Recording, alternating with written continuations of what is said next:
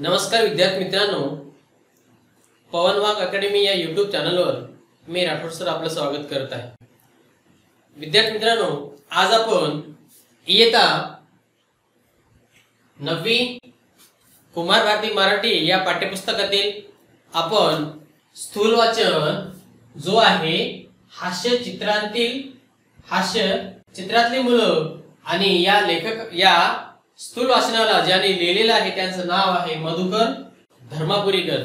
हा स्थूल वाचन आपण याचा भाग 1 आपण अभ्यासलेला आहे। जर तुम्ही भाग 1 अभ्यासला नसाल किंवा जर बघितला नसाल तर तुम्ही पाहून घ्या, जेणेकरून तुम्हाला भाग 2 हे समजू शकतं। म्हणून विद्यार्थी मित्रांनो, तुम्ही आमच्या पवन वाघ अकॅडमी यूट्यूब चॅनलवरती हा पहिला व्हिडिओ, या स्थूल वाचनाचा पहिला व्हिडिओ अपलोड आहे, तुम्ही ते पाहून घ्या आणि त्यानंतर हा दुसरा व्हिडिओ पहा, जेणेकरून तुम्हाला तो अर्धा भाग आणि हा अर्धा भाग मग पूर्ण तो स्थूल वाचन तुम्हाला समजून जाईल। आज आपण या स्थूल वाचनाचा दुसरा भाग आपण काय करणार आहोत, अभ्यासणार आहोत। या भागामध्ये आपल्याला काय शिकायचे, उर्वरित जो भाग आहे स्थूल वाचनाचा जो उर्वरित राहिलेला भाग आहे तो आपल्याला अभ्यासायचा आहे। या पहिल्या भागामध्ये आपण बघा, आपण 2 हास्य चित्रकार याच्याविषयी आपण काय माहिती घेतली। ते 2 कोण, पहिलं होतं सिद फडणीस आणि दुसरं श्याम जोशी। हे 2 जे हास्य चित्रकार किंवा कार्टूनिस्ट जे होते यांच्या चित्राविषयी आपण काय केलं, अभ्यास केला होता। आज आपण त्या समोरील जो उर्वरित भाग आहे तो आपल्याला काय करायचंय, अभ्यास करायचा आहे। तर विद्यार्थी मित्रांनो बघा, समोर पान नंबर 18 वरून समोर डेव्हिड लँगन या अमेरिकन व्यंग्य चित्रकाराचे हे चित्र पहा। पहिल्या चित्रात चतुर मुलगा पैशाचा गल्ला फोडतो आहे। हा त्याचा पराक्रम आपल्याला दिसतो आणि मग चेहऱ्यावरचे ते भाव आपल्याला जाणवतात आणि ते खरे वाटतात। बघा, आपण जर पान नंबर 18 या पानावरचा जर आपण पहिला चित्र जर बघितला तर पहिल्या चित्रामध्ये काय दिलेलं आहे की एक मुलगा काय करतो, पैशाचा गल्ला फोडतो आहे, बरोबर। पैशाचा गल्ला फोडत असताना त्याच्या चेहऱ्यावर जो हावभाव आहे तो हावभाव आपण ओळखायचे। आता हावभाव कसं बघा, तो असं तिरप बघतोय, म्हणजे काय, त्याला असं वाटतं की त्याच्या गल्ल्यामध्ये तो आश्चर्यचकित चेहरा आहे, त्या चेहरा कसा आहे, आश्चर्यचकित आहे आणि तो असा आश्चर्याने बघत आहे की त्याला असं फील वाटतं, म्हणजे त्याला स्वतःला वाटतं की माझ्या गल्ल्यामध्ये आता किती पैसे आहेत, माझा गल्ला किती भरभरून निघणार आहे, काय माहिती की माझ्या गल्ल्यामध्ये त्याला लाखो रुपये मिळणार आहे, त्याच्या गल्ल्यामध्ये लाखो रुपये मिळणार आहे, असं त्याच्या चेहऱ्यावर काय दिलेले, भाव दिलेले। तोच भाव आपण तो चित्रामध्ये पाहू शकतो। आणि दुसरं चित्र जर बघितलं तर दुसरं चित्र भोकाड पसरवणाऱ्या मुलाचं, त्याला व्यंग्यचित्र म्हणता येईल का? का बरं? चित्र पाहताना आपलं लक्ष आधी जातं ते काळ्या रंगाच्या मुलाच्या मोठ्या रडण्याकडे। बघ, आपण जर हा चित्र बघितलं तर या पहिल्या चित्रामध्ये काय दिलेलं आहे की एक मुलगा आहे, तो मुलगा असं मोठ्यानं रडतोय, म्हणजे करतोय, मोठ्यानं रडतोय, बरोबर, मोठ्यानं रडतोय आणि आपल्याला असं वाटेल का ते चित्र तो व्यंग्यचित्र आहे।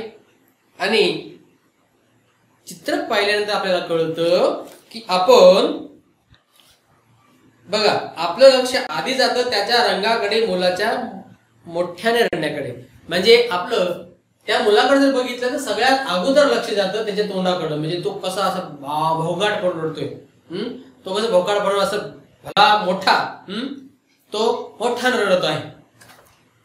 पण तो का रडतोय हे माहिती आहे का? नाही, पण आपलं आपलं जो लक्ष आहे तो पहिलं लक्ष त्या मुलाच्या चेहऱ्याकडे जातोय। मग आपण बघितलं तर आपल्याला वाटून जातं की लहान मुलं उगीच रडत असतात, तसाच हा रडतोय, बाकी काही नाही। बघा, आपण जर त्याच्या चेहऱ्याकडे बघितलं तर तो लहान मुलाला कारण असतं का? लहान मुलाला रडायला काही कारण असतं? छोटीशी गोष्ट जरी बघितली हट्टानं तो रडत असतो, मोठा रडत असतो, कारण नसतात. तसंच इथं वाटलं की हा मुलगा तसाच रडतो आहे, बाकी काही नाही. मग पण चित्राकडे जर लक्षपूर्वक पाहिल्यावर आपल्याला दिसतं ती सेफ्टी पिन आणि विचार होतो, अरे ही पिन याला टोचत असणार आणि म्हणून याने भोकाड पसरले असणार. तसेच असावे, कारण मुलाच्या रडण्याला काही कारण असतं. इथे त्याचे हातपाय तसे काढले आहेत ते पहा. बघा, आपण हे चित्र जर बघितलं तर या चित्रामध्ये आपण पहिलं लक्ष मुलाच्या तोंडाकडे जातो. कसा रडतोय, बा मोठा तोंड करून रडतोय. आणि आपण जर लक्षपूर्वक त्या मुलाच्या चित्राकडे जर बघितलं तर आपल्याला दिसते सेफ्टी पिन. बघा, सेफ्टी पिन ही त्याच्या पॅन्ट वरती, ती सेफ्टी पिन कुठंतरी त्या मुलाला ती सेफ्टी पिन कुठेतरी टोचत आहे. जी सेफ्टी पिन दाखवलेली आहे आपल्याला चित्रामध्ये, ती सेफ्टी पिन मुलाला कुठेतरी ती टोचत आहे. ती टोचत असल्यामुळं तो जो मुलगा आहे तो मुलगा रडत आहे. मग या मुलाच्या रडण्यामागं काहीतरी कारण आहे. असं न कारण म्हणजे विनाकारण तो मुलगा रडतोय का? नाही रडत. तो मुलगा विनाकारण रडत नाही. का रडत नाही? कारण की त्याला ती सेफ्टी पिन टोचत आहे. ती सेफ्टी पिन काय करते? त्याला टोचत आहे.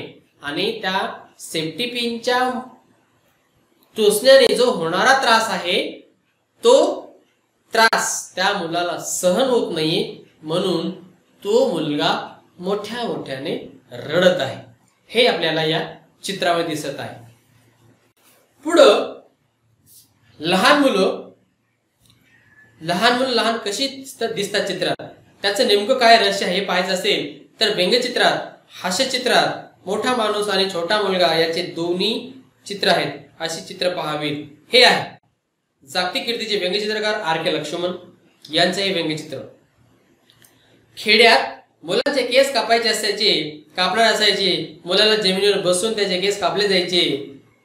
इथे पहा हा माणूस कसा बसलाय, त्याचा आकार, त्याच्या चेहऱ्यावर त्याचे उत्साहाचे भाव आणि केस कापून घेणारा कंटाळलेला वैतागलेला मुलगा, त्याचे हात पाय तेच नागडोळे, त्याचे तेच नागडोळे, पण फरक कुठे? त्यामुळे हा मोठा माणूस वाटतो आणि हा लहान मूल वाटतं. आकाराने लहान मोठेच आहेत, पण त्याशिवाय अधिक काय आहे? बघा, यामध्ये आपण जर हा चित्र बघितलं तर या चित्रामध्ये काय दिसतंय की दोन व्यक्ती दिसत आहेत. एक मोठा मुलगा आहे, एक मोठा माणूस आहे आणि एक लहान मुलगा आहे. आता हे चित्र आहे कोणाचं आहे? जो जागतिक कीर्तीचे व्यंगचित्रकार आहेत. जागतिक कीर्तीचे व्यंगचित्रकार कोण? R.K. लक्ष्मण. R.K.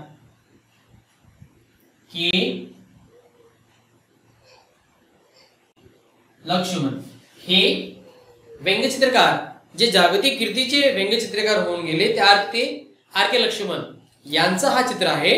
आणि यांनी या चित्रामध्ये काय दिले बघा, खेड्यामध्ये जर मुलांचे केस कापायचे असेल, खेड्यामध्ये जर मुलांचे केस कापायचे असेल, मग तो जो न्हावी असतो, केस कापणारा तो न्हावी, तो मुलाला खाली बसवतो आणि तो असं वर बसून काय करतो, जी कटिंग किंवा त्याची केस कापत असतो. मग हा जो चित्र आहे तो हा चित्र त्या माणसाची बसायची पोझिशन म्हणजे त्याचा स्थिती कशी आहे, आणि तो त्या मुलाकडे बघितलं तर मुलगा काय करतोय, असं कंटाळलेला चेहरा आहे. त्या मुलाचा कंटाळलेला चेहरा आहे. त्याच्या चेहरा बघ असं शांत आहे एकदम. त्याला असं वाटतं की मला कुठेतरी दाबून ठेवलेलं आहे. आणि त्याचे पाय, ते बसण्याची जी पोझिशन आहे म्हणजे स्टाईल कशी आहे, त्यानंतर तो जो कापणारा माणूस आहे त्याची स्टाईल कशी, हे दोन्ही आपल्याला काय दिसतं की हा मुलगा कसा आहे, जो केस कापून घेणारा मुलगा आहे, तो कंटाळलेला आहे, वैतागलेला आहे.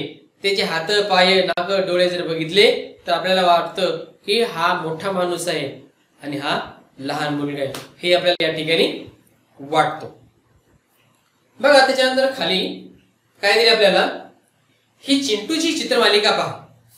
इथेही हा फरक आपल्याला दिसतो. शिवाय पहिल्या चित्रात त्या चिंटूचा प्रश्न त्याच्या बाबाप्रमाणे आपल्याला स्पष्ट कळत नाही. मात्र तिसऱ्या चित्रात त्याचा अर्थ समजतो. या अर्थानं हे उत्तम असे व्यंगचित्र आहे, नाही का? बघा आता इथं काय दिलेलं आहे की हे जी चिंटू आहे, ही चिंटूची चित्रमालिका म्हणजे आपल्याला ती स्ट्रिप्स, बरोबर. आता आपल्याला स्ट्रिप कार्टून जायचे. स्ट्रिप्स कार्टून म्हणजे चित्रमालिका. आपल्याला या ठिकाणी 3 चित्र दिले. या 3 चित्रामध्ये आपल्याला काय दिसतो की पहिल्या चित्रामध्ये चिंटूला त्याच्या बाबाप्रमाणे, चिंटूचा प्रश्न त्याच्या बाबाप्रमाणे आपल्याला स्पष्ट कळत नाही. मग जसं पहिल्या चित्रामध्ये त्याच्या वडिलाला त्या चिंटूचा प्रश्न कळत नाही, तसं आपल्याला सुद्धा कळत नाही. पण तिसरा चित्र जर बघितला आपण, त्या तिसऱ्या चित्रामध्ये आपल्याला त्याचा अर्थ समजतो. हेच अर्थ, हे याच अर्थाचं उत्तम असे व्यंगचित्र आहे, नाही का असं म्हणतात. बघा आता तो पहिला चित्रातला तो प्रश्न कोणता बघून आपण. पहिलं चित्र काय? पप्पा नदीचं पाणी कुठं जातं हो? काय पहिला प्रश्न? नदीचं पाणी कुठं जातं हो? मग विचारता बघा, पप्पा सांगतात ही नदी मोठ्या नदीला मिळते, मोठी नदी समुद्राला मिळते. बघा आता यामध्ये काय दिलेलं आहे की पप्पा नदीचं पाणी कुठं जातंय. मग जसं पहिला प्रश्न, जसं पहिल्या चित्रातला प्रश्न जसं त्याच्या वडिलाला का आला नाही, तसं आपल्याला थोडंसं वाटतं की बाबा असा कसा प्रश्न आहे. कारण की भरपूर मुलांना माहिती आहे की नदीचं पाणी कुठं जातं? समुद्राला जातं. छोट्या नदीचं पाणी मोठ्या नदीला जातं, मोठ्या नदीतून समुद्राला जातं. हे त्याचं उत्तर, बरोबर. मग त्याच्या वडिलांनीही तेच सांगितलं की बाबा नदी, ही जी नदी आहे ही मोठ्या नदीला मिळते आणि मोठी नदी कुठे मिळते? समुद्राला जाऊन मिळते. मग त्या ठिकाणी तो पाणी, इथून जो वाहून जाणारा पाणी आहे तो समुद्राला जाऊन मिळतो. असा प्रश्न, असा उत्तर बाबाने चिंटूला सांगितलं. आणि समोर परत म्हणतात का रे, का प्रश्न विचारला असा तो? मग चिंटूचं उत्तर पुढं काय बघा, तुमच्या स्कूटरची किल्ली नदीत पडली म्हणून विचारतोय. बघा तुमच्या स्कूटरची किल्ली म्हणजे चाबी या नदीत पडली म्हणून विचारतोय. म्हणून या ठिकाणी जो तिसरा चित्र आहे, या तिसऱ्या चित्रामध्ये आपल्याला असं दिसतंय की पहिला प्रश्न, जो पहिल्या चित्रामधला जो प्रश्न आहे तो असा की बाबा हा पाणी कुठं जाते, या नदीचं पाणी कुठं जातं? बाबाने सांगितलं ही नदी छोटी आहे, या नदीचं पाणी मोठ्या नदीला जातं आणि मोठ्या नदीचं पाणी समुद्राला जातं. मग त्याच्या वडिलांना थोडी शंका आली. मग वडील म्हणतात का रे असा का प्रश्न विचारला तू? मग चिंटू म्हणतो तुमच्या स्कूटरची किल्ली या नदीमध्ये पडली आहे म्हणून विचारतोय. बघा त्याचं सांगण्याचं तात्पर्य असा की बाबा तुमच्या स्कूटरची चावी या नदीमध्ये पडली, मग हा पाणी जिथं जाईल तिथं आपल्याला जावं लागेल. कशासाठी? ती चावी घेण्यासाठी. या तिसरा जो चित्र आहे, या तिसऱ्या चित्रामध्ये आपल्याला काय दिसत आहे की त्याचा जो अर्थ आहे, म्हणजे तो प्रश्न असा का विचारलाय, तो प्रश्न आपल्याला तिसऱ्या चित्रामध्ये हे काय कळतं, योग्य पद्धतीनं आपल्याला तो तिसऱ्या चित्रामध्ये या चिंटूचा प्रश्न हे आपल्याला आणि त्याच्या वडिलाला एकदम चांगल्या प्रतीचं समजून जातं. खाली बघा आता आणखी एक गंमत पाहू. हंगेरियन व्यंगचित्रकार रेबर याचे हे व्यंगचित्र. चित्र पाहताच आपल्याला वाटते की ही 2 वेगवेगळी चित्र आहेत, एक लहान मुलगा आणि एक मोठा माणूस. पण भिंतीवर लावलेले चित्र आणि दोघांच्या केसाची ठेवण पाहिल्यावर लक्षात येतं की हा लहानपणी मोठे व्हायोलिन वाजवत आहे आणि हा मोठा झाल्यावर लहान व्हायोलिन वाजवत आहे. लहान मुलगा मोठ्या वस्तूचं आकर्षण, लहान मुलांना मोठ्या वस्तूचं आकर्षण असतं आणि वाढत्या वयानुसार आपला जपलेला छंद अधिक खोल सूक्ष्म होत जातो. बाह्य आकाराचं आकर्षण कमी होत असतं असं या व्यंगचित्रकाराला सांगायचं आहे. आता जर आपण हा जो शेवटचा परिच्छेद आहे तो शेवटचा परिच्छेद बघितलं पान नंबर 19 मध्ये, तर एक हंगेरियन व्यंगचित्रकार आहे रेबर. कोणता? रेबर. जो हंगेरियन व्यंगचित्रकार आहे रेबर, याचे हे चित्र बघा. या चित्रामध्ये आपल्याला दोन वेगवेगळे चित्र दिसत आहे. मग पहिल्या चित्रामध्ये एक लहान मुलगा मोठा व्हायोलिन वाजवत आहे. जो लहान मुलगा आहे तो लहान मुलगा त्याच्या उंचीपेक्षाही मोठा व्हायोलिन काय करत आहे? तो वाजवत आहे. आणि दुसऱ्या चित्रामध्ये मोठा माणूस आहे, तो मोठा माणूस लहान व्हायोलिन वाजवत आहे, हे आपल्याला दिसत आहे. आता यामध्ये आपलं असं दिसतंय की या दोघांची जी केसाची रचना आहे, केसाची ठेवण आहे, ती केसाची रचना आणि केसाची ठेवण आपल्याला वेगवेगळं काय दिसत आहे, वेगवेगळ्या दोन्हीमध्ये आपल्याला फरक दिसत आहे. त्यात तो म्हणतो की एक लहान मुलगा आणि एक मोठा माणूस, पण भिंतीवर लावलेलं ते चित्र आणि दोघांच्या केसाची ठेवण पाहिल्यावर आपल्या लक्षात येतं. बघ काय लक्षात येतं की लहानपणी मोठे व्हायोलिन वाजवत आहे, तो लहानपणी काय करतोय? मोठा व्हायोलिन वाजवतोय. आणि मोठा झाल्यावर तो काय करत आहे? लहान व्हायोलिन वाजवत आहे. आता या ठिकाणी व्यंगचित्रकार रेबर यांचं या ठिकाणी जे म्हणणं आहे म्हणजे सांगणं आहे ते असं आहे की लहान मुलांना, जे लहान मुलं असतात त्या लहान मुलांना मोठ्या वस्तूचं आकर्षण असतं. आणि आपण जे लहानपणापासून जे जपलेलं आपलं छंद आहे, आपण जसे जसे मोठे होत जातो तसं तसं ते काय होतात? ते छोटे छोटे आपलं ते छंद काय होतात? आपला छोटे छोटे होत जातात. त्याच्यामुळं कदाचित हा मोठा माणूस काय छोटा व्हायोलिन वाजवत असावा, असं जो अंदाज आहे हे या ठिकाणी व्यंगचित्रकार रेबर आपल्याला सांगायचा प्रयत्न करत आहे. त्यानंतर आपल्याला काय दिलंय समोर जर आपण बघितलं, आता हे हास्य चित्र बघा.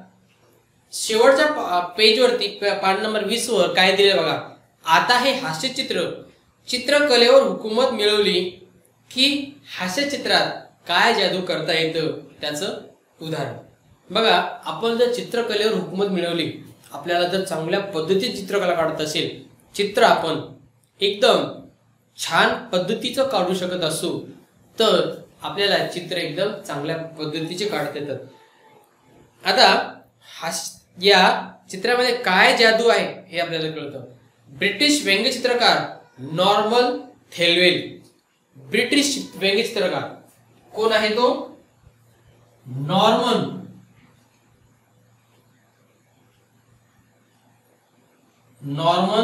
थेलवेल.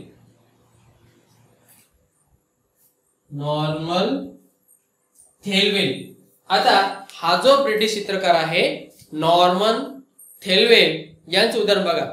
मुलांची कॅप, त्याचा शर्ट आणि सॉक्स बूट पाहून लक्षात येतं. बघा हा जो चित्रामध्ये मुलगा दिसत आहे, या मुलाची जर निरीक्षण केलं तर आपल्याला काय दिसत आहे? मुलाची कॅप, त्याचा शर्ट, सॉक्स बूट हे आपल्याला जर बघितलं तर हा मुलगा कुठला दिसतो आपल्याला? स्काउटचा मुलगा दिसत आहे. त्याच्याकडे सर्वच उपयोगी वस्तू अगदी तयार असतात. इथे त्याच्या बोटात अगदी मध्यभागी काहीतरी घुसून बसला आहे आणि तो काढण्याच्या नादात हा मुलगा पाहणा कसा वेडावाकडा झाला आहे. शिवाय त्याचा चेहरा आपल्याला अगदी गुंतवून टाकणारं हे हास्यचित्र आहे. या शेवटच्या हास्यचित्रामध्ये आपल्याला दिसतंय की एक मुलगा त्याचं टोपी जर बघितलं म्हणजे कॅप बघितली, त्यानंतर त्याचं शर्ट बघितलं, त्याचे सॉक्स बूट बघितले सगळं साहित्य बघितलं तर आपल्याला असं दिसत आहे की तो मुलगा स्काउट गाईडचा आहे. कशाचा आहे? स्काउट गाईडचा मुलगा आपल्याला दिसत आहे. आता या मुलाकडं सर्वच साहित्य ते आपल्याला उपयोगी साहित्य दिसत आहे. उपयोगी साहित्य यासाठी दिसत आहे की तो मुलगा सर्व साहित्य परिधान करून त्या ठिकाणी तो काय केलेला आहे? बसलेला आहे. आणि बसलेला असताना आपल्याला काय दिसत आहे की तो मुलगा त्याच्या बुटाच्या आतमध्ये काहीतरी घुसलेला आहे. मग त्यामध्ये चिखल लागला असेल, खिळा घुसला असेल, दगड घुसला असेल किंवा इतर काही काच वगैरे काही त्याच्या बुटामध्ये घुसली असेल. तो मुलगा काढण्याचा प्रयत्न करत आहे. तो जो काच आहे किंवा त्या बुटामध्ये जे लागलेला आहे तो बुटाच्या मध्यभागी जो लागलेला आहे, काहीतरी घुसून बसला आहे, तो घुसून बसलेला जो वस्तू असेल काही असो ते तो मुलगा काढत आहे. आता तो काढण्याच्या नादामध्ये तो ते बुटामध्ये घुसून बसलेला जो आहे तो काढण्याच्या नादामध्ये काय करत आहे? असं वाकडा तिकडा असं कसं तरी बसलेला आहे. म्हणजे कसा बसला बघा, एक पाय वर आहे, दुसऱ्या पायावरून ते स्काउट गाईडची त्याच्याकडं लाकडी फळी आहे, त्यानंतर त्याच्या हातामध्ये काहीतरी चाकू आहे. तो त्या बुटाला काय करतो? तो एक पायावर धरून तो पाय हातामध्ये धरून तो बूट असं बुटामधून जो अडकलेला तो काय काढण्याचा प्रयत्न करत आहे. हे आपल्याला जर हे सगळं बघितलं तर आपल्याला आपल्या चित्रावर काय दिसतं की चित्रावर आपल्याला दिसतं की हा मुलगा स्काउट गाईडचा मुलगा आहे आणि कसा वेडा वाकडा बसलेला आपल्याला दिसत आहे. त्यानंतर आपल्याला खाली दिसतो. आता आपल्या लक्षात आलं असेल की लहान मुलाचं चित्र काढताना किंवा त्या चित्राचा किंवा त्या मुलांचा लहान आकार महत्वाचा नसतो. ती शरीराच्या प्रत्येक अवयवाचा आकार त्या प्रमाणात लहान असणं गरजेचं असतं. बघा, हे सर्व उदाहरण जर बघितले तर या सर्व उदाहरणाच्या माध्यमातून आपल्याला असं दिसेल की लहान मुलाचे चित्र काढणं हे सोपं नाही. लहान मुलाचं चित्र काढणं काय नाही, सोपं नाही. का सोपं नाही? की लहान मुलाचा जो आकार आहे तो आकार लहान जरी असेल तरी तो महत्वाचा नाही. कारण की त्या मुलाच्या शरीराच्या प्रत्येक अवयवाचं किंवा प्रत्येक अवयवाचा प्रकार त्या प्रमाणामध्ये आपल्याला लहान असावं लागतं. काय करावं लागतं? लहान असावं लागतं. जर तुमचं मुलगा लहान असेल, तुम्ही हात मोठा दाखवला किंवा पाय मोठं दाखवलं, पोट मोठं दाखवलं, कुपोषित दाखवलं, लठ्ठ दाखवलं, अशा पद्धतीचे जर तुम्ही दाखवलात तर तुमचं तो व्यंगचित्र होत नाही. म्हणून तुम्ही मोठ्या माणसाचं दाखवू शकता पण लहान मुलाचं असं व्यंगचित्र आपण दाखवू शकत नाही. म्हणून या ठिकाणी लेखक आपल्याला मधुकर धर्मपुरीकर सांगतात की लहान मुलाचं चित्र काढणं हे सोपं नाही. हातापायची बोट ती लहान काढली की आपोआप नख लहान होतात. नाकाचा ओठाचा आकार काढल्यास कळतं की लहान मुलाच्या भोव्या तशाच लहान किंवा एका रेषेच्या असतात आणि लहान मुलांना दाढी मिशा असतात. हे तुम्हाला सांगायची गरज नाही. यापुढे व्यंगचित्र, हास्यचित्र पाहताना आणि काढताना अशा बारीक सारीक गोष्टीची नोंद तुम्ही सुद्धा घेऊ शकाल. बघा, जसं पाठाच्या शेवटी सांगतात की बाबा तुम्ही लहान जर लहान मुलाचा आकार काढताना तुम्हाला कोणकोणत्या अडचणी येतात की जर आपण लहान मुलांची हातापायची बोट जर ती लहान काढले तर त्यावर जे नख असतात ते नख सुद्धा आपल्याला लहान करावं लागतात. ते दिसणारच नाही. जर आपण बोट लहान काढले, लहान मुलांची लहानच बोटे काढली तर त्याच्यावर नख काय काढता येईल का? नाही काढता येईल. त्यानंतर त्याच्या नाकाचा आकार, ओठाचा आकार आपल्याला हे सर्व लहान काढावं लागेल. आणि लहान काढलं, आपण जर नाकाच काढलं, लहान मुलाच्या भोव्या बघितल्या तर ते लहानच असतात आणि एका रेषेमध्ये असतात. लहान मुलाच्या भोव्या, त्याच्यावर केस वाढलेले नसतात, खूप छोटे केस असतात. म्हणून त्याच्या भोव्या ते काय असतात, एका रेषेमध्ये असतात आणि सर्वात महत्वाची गोष्ट म्हणजे लहान मुलांना दाढी नसते, मिशा नसते, काही नसतं. आता हे आपल्याला सांगायची गरज आहे का? नाही. कारण लहान मुलं वयात जेव्हा येतात तेव्हा मुलांना दाढी आणि मिशा काय करतात, फुटत असतात. म्हणून लहान मुलांना दाढी मिशा काही नसतात हे आपल्याला सांगायची गरज नाही. म्हणून लहान मुलांचं काय करावं लागतं की आपल्याला व्यंगचित्र आणि हास्यचित्र काढताना अशा बारीक सारीक गोष्टीचा आपल्याला काय करावा लागतो, विचार करावा लागतं, जेणेकरून आपलं व्यंगचित्र हे अत्यंत चांगल्या पद्धतीचं काय होऊ शकतं, व्यंगचित्र बनू शकतं. म्हणून विद्यार्थी मित्रांनो, या पाठामध्ये आपल्याला लेखक मधुकर धर्मपुरीकर सांगतात की आपण मोठ्या माणसाचं व्यंगचित्र चांगल्या पद्धतीने काढू शकतो, पण लहान मुलाचं आपल्याला व्यंगचित्र काढत असताना आपल्याला अनेक अशा बारीक सारीक गोष्टीचा विचार करावा लागतो. असं आपल्याला या पाठाच्या माध्यमातून जो लेखक आहे मधुकर धर्मपुरीकर हे आपल्याला सांगतात. तर विद्यार्थी मित्रांनो, या ठिकाणी आपला हा पाठ संपला. या पाठाच्या खाली जो स्वाध्याय दिला आहे, खाली फरक स्पष्ट करा, व्यंगचित्र आणि हास्यचित्रामध्ये काय फरक असतं, त्यानंतर व्यंगचित्र वैशिष्ट्य लिहा, त्यानंतर हे जे खाली दिलेले प्रश्न 3, 4, 5, 6 हे स्वाध्याय तुम्ही सोडण्याचा प्रयत्न करा. मी तुम्हाला आपला काही अभ्यासक्रम संपल्यानंतर या पाठाखाली जो स्वाध्याय आहे तो स्वाध्यायाचा सेपरेट व्हिडिओ आपल्यासोबत घेऊन येणार आहे. आणि तुम्हाला हा व्हिडिओ कसा वाटला अवश्य कळवा आणि आमच्या पवन वाघ अकॅडमी युट्यूब चॅनल सबस्क्राईब करायला विसरू नका. पाहत रहा पवन वाघ अकॅडमी युट्यूब चॅनल. धन्यवाद.